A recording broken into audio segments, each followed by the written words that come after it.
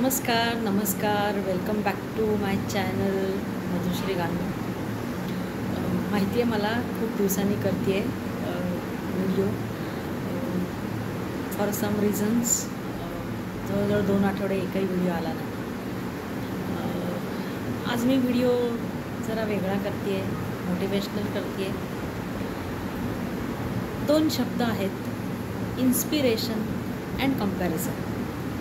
आता हे 2 वेगळे शब्द आहेत की नाही. इन्स्पिरेशन म्हणजे प्रेरणा. मग ही प्रेरणा आपल्याला कोणाकडूनही मिळू शकते. एखाद्या छोट्या लहानशा मुलाकडून सुद्धा आपल्याला निरागसतेची प्रेरणा मिळू शकते. किंवा आजकाल तर इतकी माध्यमं अवेलेबल आहेत, आपल्याला उपलब्ध आहेत की OTT प्लॅटफॉर्म्स म्हणू नका, वेगवेगळ्या प्रकारचे चित्रपट म्हणू नका किंवा मालिका, काहीही म्हणजे पुस्तकं मुख्य तर वेगवेगळ्या ऑथर्सची, वेगवेगळ्या लेखकांची पुस्तकं, स्वानुभव, स्वतःचे लिहिलेले अनुभव, प्रवास वर्णनं कित्येक खूप आहे. आज सगळीकडनं आपल्याला माहिती सगळीकडून आपल्यावर येऊन आदळत आहे. मग अशा वेळेला आपल्याला इन्स्पिरेशन घेण्यासाठी पण खूप लोक आहेत. आपण खूप जणांकडून इन्स्पिरेशन घेऊ शकतो. पण मग आपण सगळ्यांकडूनच इन्स्पिरेशन घ्यायचं का? तर तसं नाही. तुमचा स्वतःचा मार्ग जर तुम्हाला नक्की माहिती असेल, मग तो आध्यात्मिक असेल, व्यावसायिक असेल, गृहिणी म्हणून सुद्धा असेल, तर त्या मार्गावर तुमचा एकदा मार्ग निश्चित झालेला असेल तर त्या मार्गावर प्रेरणा देणारं मग तुम्ही यूट्यूब चॅनलवर बघू शकता, वेगवेगळ्या प्रकारच्या मुलाखती बघू शकता, पॉडकास्ट आहेत आज. तर या सगळ्या माध्यमातून तुम्हाला प्रेरणा मिळते. तर प्रेरणा म्हणजे आज तुम्ही जे जगत आहात त्याच्यापेक्षा उद्या काहीतरी चांगलं जगाल.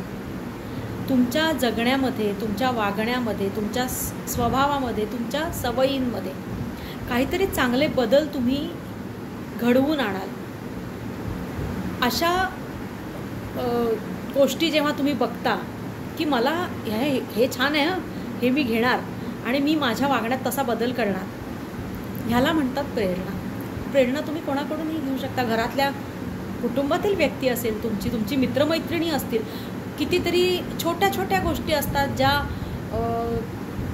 लक्षातही येत नाहीत, पण त्यासुद्धा जर तुम्ही टिपल्यात, स्पंजसारखं टिपणारं तुमचं मन, तुमचा मेंदू असेल, तर तुम्ही छोट्या छोट्या गोष्टी टिपता आणि छोट्या छोट्या गोष्टींनी तुमच्या स्वतःचं जगणं तुम्ही अधिक सुकर, सुसह्य, छान, आनंदी बनवू शकता. तर हे इन्स्पिरेशन झाली. इन्स्पिरेशन हे आपण, प्रेरणा ही आपण स्वतःला ग्रो करण्याकरता, स्वतःमध्ये चांगले बदल करण्याकरता आपण प्रेरणा, आपण त्या माणसाचं अंधानुकरण करत नाही किंवा त्या व्यक्तीची जगण्याची स्टाईल उचलत नाही अख्खीच्या अख्खी. पण एखादा छानसा गुण प्रत्येक व्यक्ती, आणि प्रत्येक व्यक्तीमध्ये काहीतरी छानसं गुणकर असं असतं जे घेण्यासारखं असतं, जे तुमच्यात नसतं. पण ही तुमची नजर पाहिजे टिपण्याची. तर तशी असेल तर ही प्रेरणा तुम्हाला खूप फायद्याची, उपयोगी ठरते. On the contrary, in comparison म्हणजे काय? तर तुलना. तुम्ही एखाद्या व्यक्तीची स्वतःशी तुलना करता, पण ही तुलना बरेचदा बाह्य असते. म्हणजे त्या व्यक्तीचे कपडे, त्या व्यक्तीचा पेहराव, त्या व्यक्तीचं मेकअप करणं, स्त्री असेल तर त्या व्यक्तीची सौंदर्य प्रसाधनं वापरण्याची पद्धत, त्या व्यक्तीची दागिने घालण्याची पद्धत, तिची बोलण्याची, म्हणजे तुम्ही स्वतःशी, तिच्याशी तुलना करता. रंग, आपल्याकडे तर गोरा रंग, काळा रंग हे तर इतकं म्हणजे ठसलेलं आहे समाज मनावर की ते जाता जात नाही. मग तिच्यासारखं मला गोरं दिसायचं आहे, हो, ही तुलना झाली. तिच्यासारखं मला राहायचं आहे, ही तुलना झाली. तुम्ही स्वतःला नाकारता तेव्हाच तुम्ही दुसऱ्याची, स्वतःशी तुलना करता. आणि मग ही तुलना करताना होतं काय? तुम्ही तुमचे राहत नाही, तुम्ही त्या व्यक्तीसारखं बनायला जाता. आणि मग तुमची धडपड सुरू होते की त्या व्यक्तीसारखं बनावं. बरं, ती व्यक्ती तिच्या आयुष्यात छान असते, तिला माहीतही नसतं हे. पण जेव्हा तुम्ही वेगळे आहात की नाही पण त्या व्यक्तीपेक्षा, तर ही तुलना करणं जेव्हा तुम्हाला जमत नाही, एखादी म्हणजे कला असेल एखादी त्या व्यक्तीमधली, ती कला तुम्ही एखादी व्यक्ती अतिशय उत्तम गायक असेल तर सगळे गायक होतील का? नाही होऊ शकणार ना. तसं त्या व्यक्तीमध्ये काहीतरी विशेष असावं लागतं, तेव्हाच ती कला त्या व्यक्तीला अवगत होते. पण तुम्ही कॉपी करायला जाता किंवा तुलना करायला जाता तेव्हा काय होतं, तुम्ही तुमचे राहत नाही आणि मग तुम्ही त्या व्यक्तीसारखं सतत मनाशी सतत तुलना करायला लागता. तुमचं मन सतत अशांत राहतं आणि असमाधानी राहतं. तुम्ही किती प्रयत्न केले तरी त्या व्यक्तीसारखं तुम्ही होऊ शकणार नाही ना. तर तुम्ही असमाधानी राहायला लागता, चिडचिड होते तुमची आणि मग तुम्ही त्या व्यक्तीसारखं जेव्हा होत नाही तेव्हा तुम्हाला त्या व्यक्तीबद्दल राग निर्माण होतो आणि त्याच रागाचं रूपांतर मत्सरामध्ये होते आणि पराकोटीचा मत्सर आणि द्वेष त्या व्यक्तीविषयी तुमच्या मनात निर्माण होतो. बरं, हे सगळं तुम्ही करता आणि परत तुम्ही जे काही बदल स्वतःमध्ये बाह्य करता त्याचं व्हॅलिडेशन तुम्ही त्या व्यक्तीकडनंच मागता. तुम्हाला असं वाटतं, अरे मी तर असं झाले, आज मी तिच्यासारखं राहिले, मग तिने माझं कौतुक केलं पाहिजे, तिने लक्ष दिलं पाहिजे माझ्याकडे, कारण मी आज अशी राहिले. असं नाही आहे. तुम्ही आहात. प्रत्येक व्यक्ती ही युनिक, वेगळी, छान आहे. तुम्ही स्वतःला जेव्हा स्वीकारता, पूर्णपणे संपूर्णपणे जसे आहात अंतर्बाह्य स्वीकारता, तेव्हाच तुम्ही दुसऱ्यांनाही स्वीकारू शकता. स्वतःवर प्रेम करायला शिका. दुसऱ्यांसारखं बनायचं, खोटी तुलना स्वतःची दुसऱ्याची कधीही करू नका. हे मी सांगते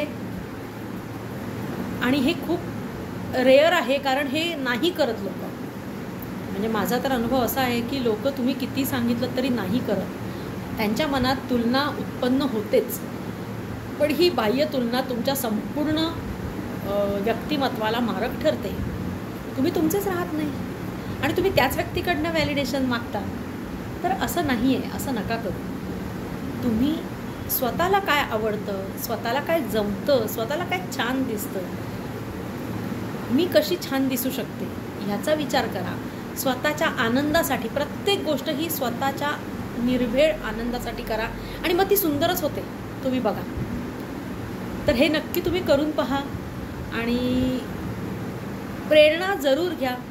गंमत म्हणजे असं आहे की तुमच्या आजूबाजूला, तुमच्या कुटुंबामध्ये, तुमच्या मित्रमैत्रिणींमध्ये तुम्हाला प्रेरणा देणारी लोक असतात.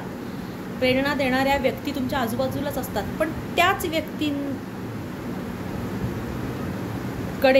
तुम्ही तुलना म्हणून पाहता. जी व्यक्ती तुम्हाला प्रेरणा देणारी असते ना, त्या व्यक्तीशीच तुम्ही तुलना करता. त्यामुळे तुम्हाला आसपास असलेली प्रेरणा देणारी व्यक्ती दिसतच नाही, तिच्यातले चांगले गुण दिसतच नाही. त्यामुळे असं करू नका. तर प्रेरणा नक्की घ्या. स्वतःमध्ये चांगले बदल होतील. माझं आयुष्य कालच्यापेक्षा आज चांगलं होईल ह्याचा नक्कीच प्रयत्न करा. प्रेरणा जरूर घ्या, पण खोटी तुलना करू नका. अंधानुकरण कोणाचंही करू नका. तर हे नक्की करा. तुम्ही हे छोटे छोटे बदल स्वतःमधले करून पहा आणि मला नक्की सांगा काय फरक होतो ते. असंच काहीतरी छान घेऊन मी परत येईन. धन्यवाद.